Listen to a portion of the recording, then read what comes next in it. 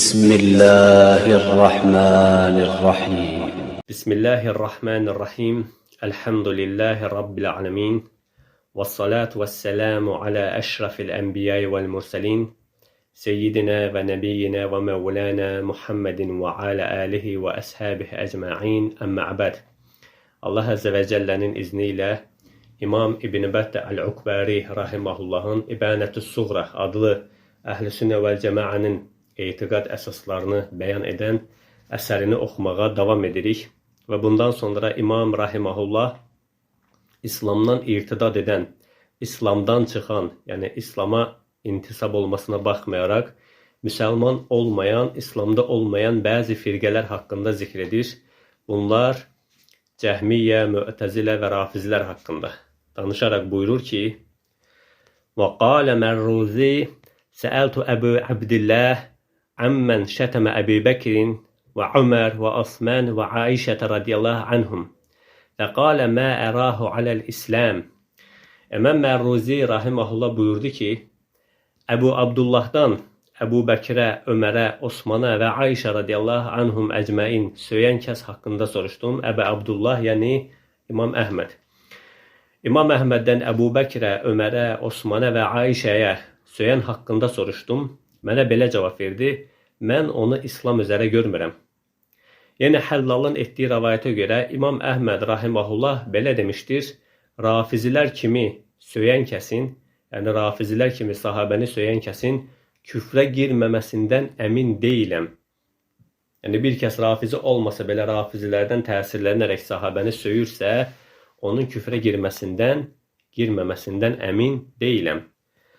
Və qalə Malik ibn Ənəs الذي يشتم أصحاب رسول الله صلى الله عليه وسلم ليس له سهم أو قال نصيب في الإسلام. Malik ibn Ənəs rahimehullah buyurdu ki, Allah Resulü sallallahu aleyhi və səlləmin sahabələrinə söyən kəsin İslamdan nəsibi yoxdur. Allah Resulü sallallahu aleyhi və səlləmin sahabələrinə söyən kəsin İslamdan nəsibi yoxdur. Və qalə Bişr ibn el-Haris Mən şətəmə əshəbə Rasulillahi sallallahu aleyhi və səlləm fəhvə kafirun və insamə və sallə və zə'mə ənəhum minəl muslimin. Bişr ibn Haris rahimehullah buyurdu ki, kim Allah Resulü sallallahu aleyhi və səlləmin əshabını söyərsə, namaz qılsa da, oruç tutsa da, müsəlman olduğunu söyləsə də, o kafirdir. Kim Allah Resulü sallallahu aleyhi və səlləmin əshabını söyərsə, namaz qılsa da, oruç tutsa da və müsəlman olduğunu söyləsə də, o kafirdir. Və qaləl-Əvza'i Mən şətəmə Əbi Bəkrin əs-Siddiq radiyallahu anhu fəqət irtəddə an dinihi və əbəhə dəməhu. İmam Əvzai rahiməhullah buyurur ki, kim Əbu Bəkr əs-Siddiqi radiyallahu anhu söyərsə, İslamdan irtidad etmiş və qanı mübah olmuşdur. Və qalə Əbu Ubeyd əl-Qasim ibn Səlləm Lə xattə li-rafidi fil-fey vəl-ğanimə liqavlillahi teala وَالَّذِينَ جَاءُوا مِنْ بَعْدِهِمْ يَقُولُونَ رَبَّنَا اغْفِرْ لَنَا وَلِإِخْوَانِنَا الَّذِينَ سَبَقُونَ بِالْإِيمَانِ. Həşr surəsi 10-cu ayə. Əbu Ubeydə ibn Qasim ibn Səlləm rahiməhullah buyurur ki, Rafizinin fey və qənimətdən payı yoxdur. Çünki Allah Azze və Celle buyurmuşdur: Ey Rəbbimiz, bizi və imanda bizdən önə keçmiş qardaşlarımızı bağışla. Yəni bu, möminlərin duasıdır. Möminlər dua edərək deyir ki, ey Rəbbimiz, bizi və bizdən önə keçmiş qardaşlarımızı, imanda bizdən önə keçmiş qardaşlarımızı bağışla. Yəni bizdən əvvəlki qardaşlarımız, imanda bizdən önə keçmiş qardaşlarımız kimlərdir? Sahabələr, tabinlər, ondan sonra gələnlər. Rafizilər isə onlara lənət oxuyurlar. Demək ki, onlar mömin deyirlər. Çünki bu dua möminlərə xas duadır. Rafizilər isə imanda önə keçmiş kəsləri, sahabələri söydükləri üçün, lənət oxuduqları üçün onlar mömin deyirlər. Və ona görə də Əbu Ubeydə bin Qasim bin Səlləm rahiməhullah buyurur ki, Rafizinin fey və qənimətdən payı yoxdur. Çünki fey və qənimət möminlərə ayrılan bir paydır. Rafizinin isə ondan payı yoxdur. Və qalə Zəidə Qultu li Mənsur Ya Əbə Attab Əl-yevməl-ləzi yəsumu fiyhə əhədunə yənteqisu fiyhəl-ləzinə yənteqisunə Əbu Bəkrin və Ömər radiyallahu anhumə Qalə nəam Zəid də buyurur ki, Mənsurə dedim ki, ey Əbu Attab, bizdən biri oruç tutduğu halda Əbu Bəkir və Ömər haqqında pis danışan kəslər haqqında pis danışır. Belə etmək olarmı? O belə cavab verdi, bəli, eybi yox, danışa bilər. Yəni bir kəs oruç tutub, oruç tutan kəsin qeybət etməsi haramdır. Hətta o qeybət orucu pozurmu, pozmur bu sələf arasında ixtilaf olunmuş bir məsələdir.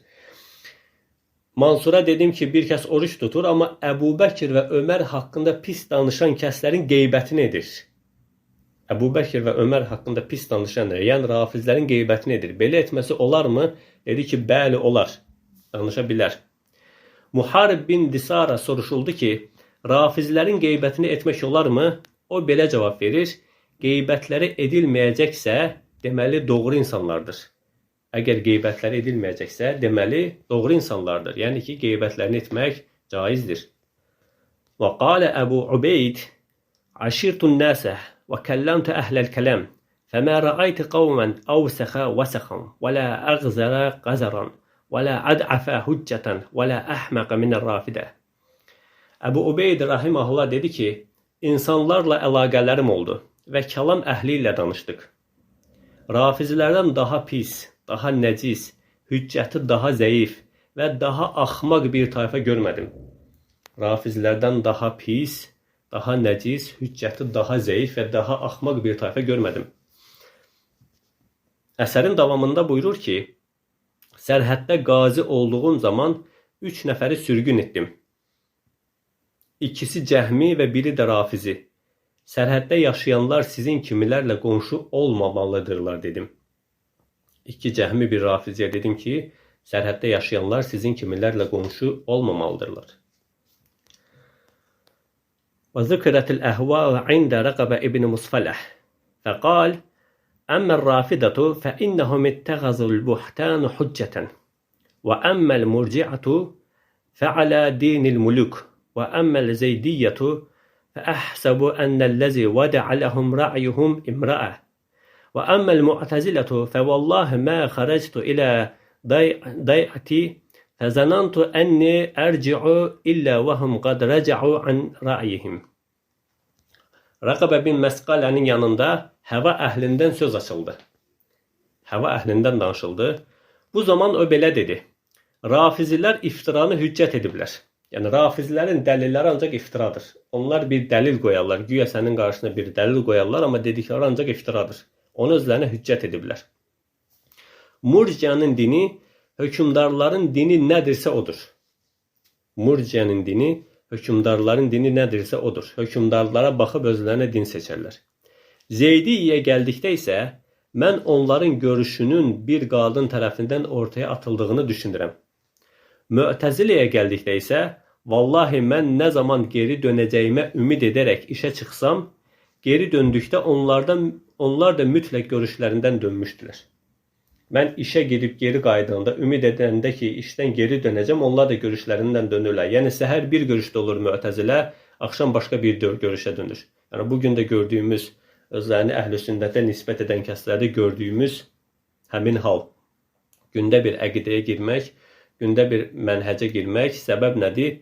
Dinlərini əqil üzərində, sələfə tabi olaraq deyil, sələfin əsərlərinə uyaraq deyil, əqil üzərində quraraq, gündə bir əqilə qulluq edərək, gündə bir fəhmə baş vuraraq, öz fəhimləri, öz əqilləri ilə din analiz edərlər, öz fəhimləri, öz əqilləri ilə hökmlər icad edərlər. Soruşanda ki, bir şeyin bunun dəlili nədir? Deyirlər ki, bunun hökmü budur. Soruşanda ki, dəlil nədir? Dəlil qoymaq əvəzinə sənə ancaq əqil qoyarlar qarşına. Öz fəhimləri ilə, öz əqilləri ilə qarşına dəlillər qoyarlar və bunun adını da dəlil qoyarlar. Allah Əzə və Cəllənin şəriətindən danışarlar, Allah Əzə və Cəllənin dinindən danışarlar. Bunun İslamda hökmü budur, falan şey küfürdür, falan şey falandır deyərlər. Dəlil soruşduqda, dəlil əvəzi sənin qarşısına nə qoyarlar? Əgər sən belə eləyirsənsə, onda bu belədir. Əgər sən gedirsənsə, bu belədir. Əgər sən gəlirsənsə, bu belədir. Sənin getməyin o mənaya gəlir. Sənin danışmağın bu mənaya gəlir. Sənin belə etməyin ona razı olmağın mənasına gəlir. Sən buna səbəb olursansa, deməli buna razısan. Belə, yəni nə məntiqdən, nə də dəlildən nəsibi olmayan şeylərlə, hüccətlərlə sənin qarşına gələrlər. Ən-Nadr bin Şümeyl buyurur ki, Mə'munun yanında daxil oldum. Mənə dedi ki, necəsən ey Nadr? Mən də yaxşıyam deyə cavab verdim. Dedi ki, ircanın nə olduğunu bilirsənmi? Murciyənin nə olduğunu bilirsənmi? Mən də dedim ki, hökümdarların fikirlərinə uyan dindir. Hökümdarlar onunla dünyalıqdan istədiklərini əldə edərlər. Hökümdarlar murciyənin dini ilə dünyalıqdan istədiklərini əldə edərlər. Yəni, hökümdarlar bir şey əldə etmək istədikdə, murciyalar mütləq onun üçün bir dəlil taparlar. Hökümdarlar bir şey etmək istədikdə, krallar, məliklər hər hansı bir şey etmək istədikdə, bir əməl etmək istədikdə, onu məşrulaşdıran, onun etdiyi əməli məşru edən, caiz edən murciyələr mütləq bir dəlil tapacaqlar. Şəriətdən bir şey özlərindən çıxardacaqlar ki, bu hökümdarların etdiyi bu əməl sanki caizmiş kimi. Məmun dedi ki, doğru söylədin. İmam Hərravi rahiməhullah Zəmmül Kələmdə buyurur ki, Abdullah bin Mübarək rahiməhullah belə dedi. Yalan rafizlərin işidir. Mübahisə etmək mü'təzilənin işidir. İstihlal rəy əhlinin işidir. Zühd xavariclərin işidir. Din isə hədis əhlinin işidir. Din hədis əhlinin işidir. İmam Şafi rahiməhullah buyurur ki, həva əhlinin içərisində rafizlərdən daha çox yalandan şahidlik edən bir tayfa yoxdur. Deyirəm ki, Masqələnin mü'təzilə haqqında vallahi mən nə zaman işdən dönsəm, onlar da görüşlərindən dönmüşdür sözü, mü'təzilənin çox mübahisə edən, əqillərini özlərinə hakim edən, doğru yolu tapan rəhbər seçmələridir. Əqillərini özlərinə doğru yol tapan rəhbər seçərlər. Dəlil olaraq bir şey, bayaq dediyim kimi, dəlil olaraq bir şey tələb etdiyin zaman sənə əqil olaraq qarşına bir şey qoyarlar. Bir hökm ihdas edərlər, falan şey küfürdür, falan şey haramdır, falan şey falandır. Dəlil dedikdə sənə 7 dərədən su gətirərlər öz əqilləri ilə. Əgər belə edərsənsə bu belədir, əgər sənin belə etməyin bu mənaya gəlir, sənin belə etməyin mənası budur deyərək əqilləri ilə hökm qoyarlar. Və bu səbəbdən də azıblar. 130 əsərdə Ömər bin Abdülaziz rahiməhullah buyurur ki, dinini mübahisə meydanına çevirən kəs oradan ora atlana durar. Bu həqiqətən də bunu biz şahidi oluruq, daima şahid olmuşuq.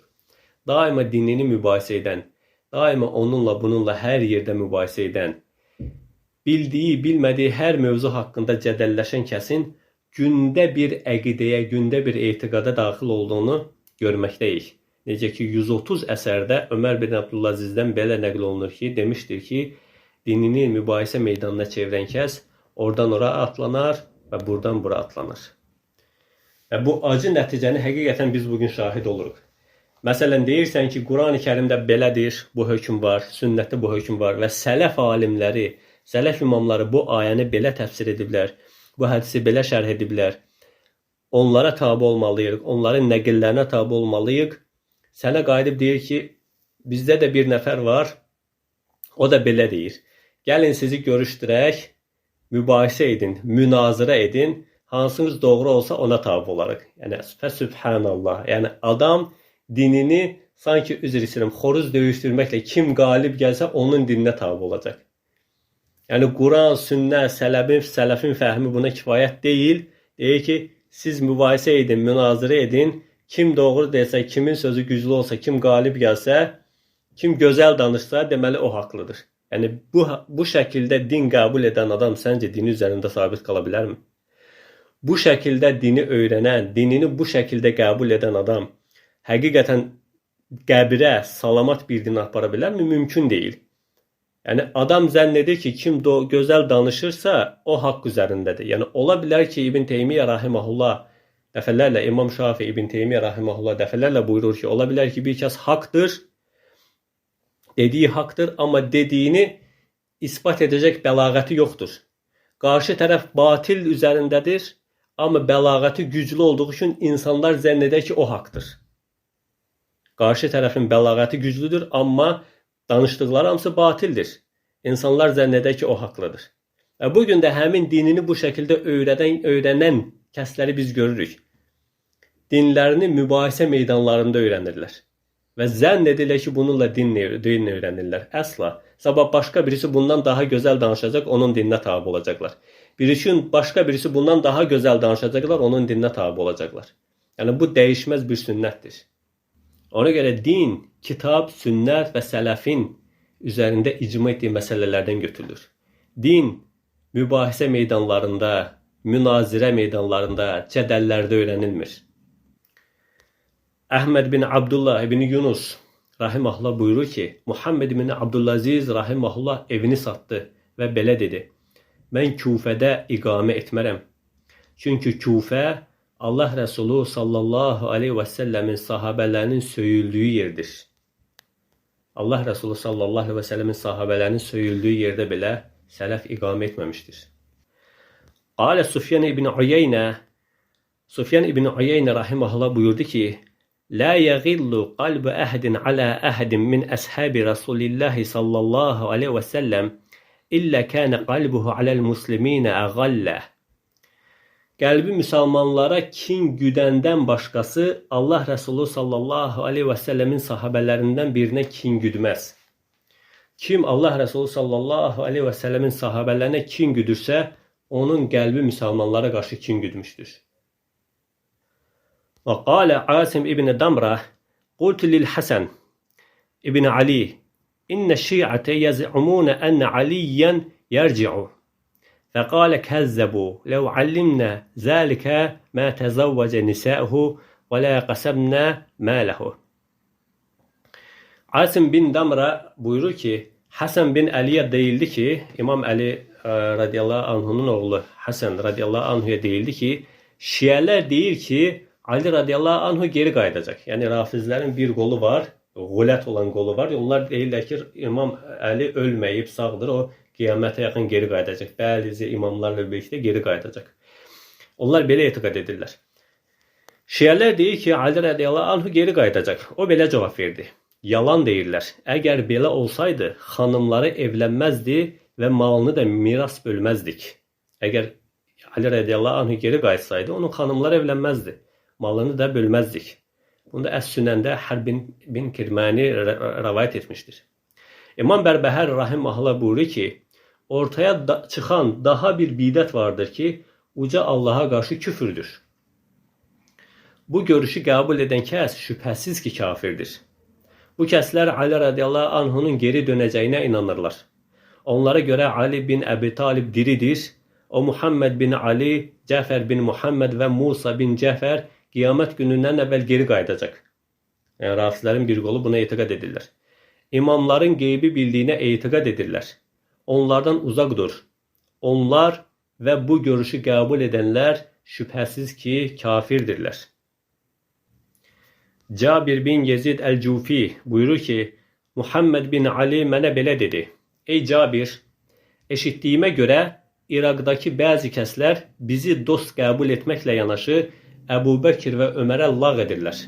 Muhammed bin Ali Əhl-i Beytdən olan Ali radiyallahu anhunun nəvələrindən deyir ki, ey Cabir, eşitdiyimə görə İraqdakı bəzi kəslər bizi dost qəbul etməklə yanaşı Əbu Bəkir və Ömərə lağ edirlər. Sonra bizi sevdiklərini iddia edirlər. Deyirlər ki, güya Əbu Bəkir və Ömərə lağ etməyi onlara mən əmr etmişəm. Onlara de ki, mən onlardan bəriyəm və Allaha sığınıram. Nəfsim əlində olan Allaha and olsun ki, idarə işi mənə verilsə, onların qanı ilə Allaha yaxınlaşmağa çalışaram.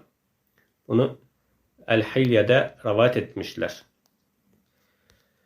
Süleyman bin Qarım Əd-Dabbi rahimehullah buyurur ki, Abdullah bin Əl-Hüseyin bin Əl-Həsənin yanında idim.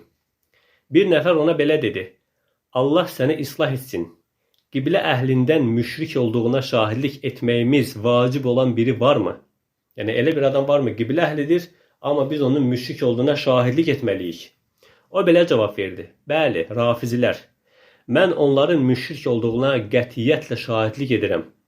Necə müşrik olmasınlar ki, onlara Allah Rəsulu sallallahu aleyhi və səlləm günah etdi mi deyə soruşsan, Allah onun keçmiş və gələcək günahlarını bağışladığı halda bəli, günah etdi deyərlər.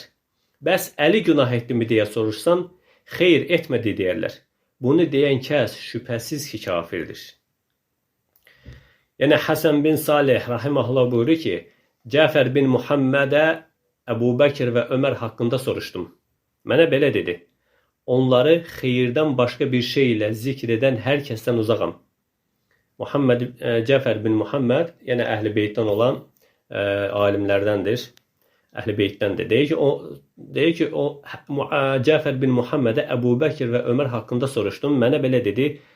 Onları xeyirdən başqa bir şey ilə zikr edən hər kəsdən uzaqam. Dedim ki, bəlkə bunu təqiqi olaraq deyirsən.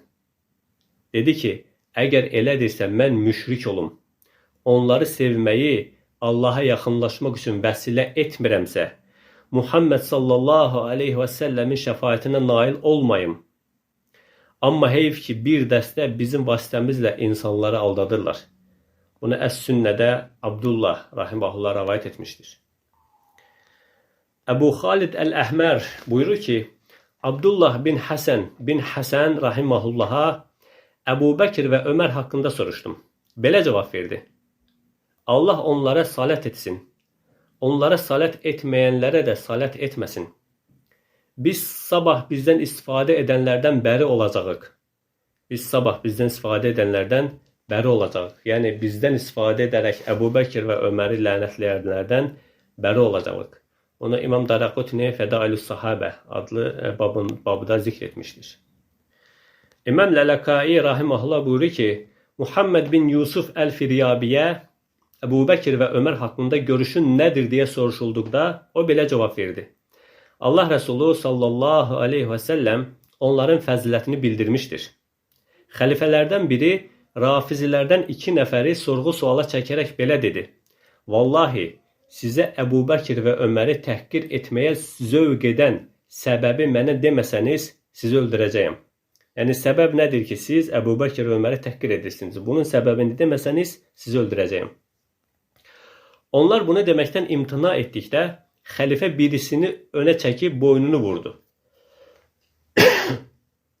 Sonra digərinə tərəf dönüb, vallahi səbəbini deməsən, yoldaşına etdiyimi sənə də edəcəyəm, dedi.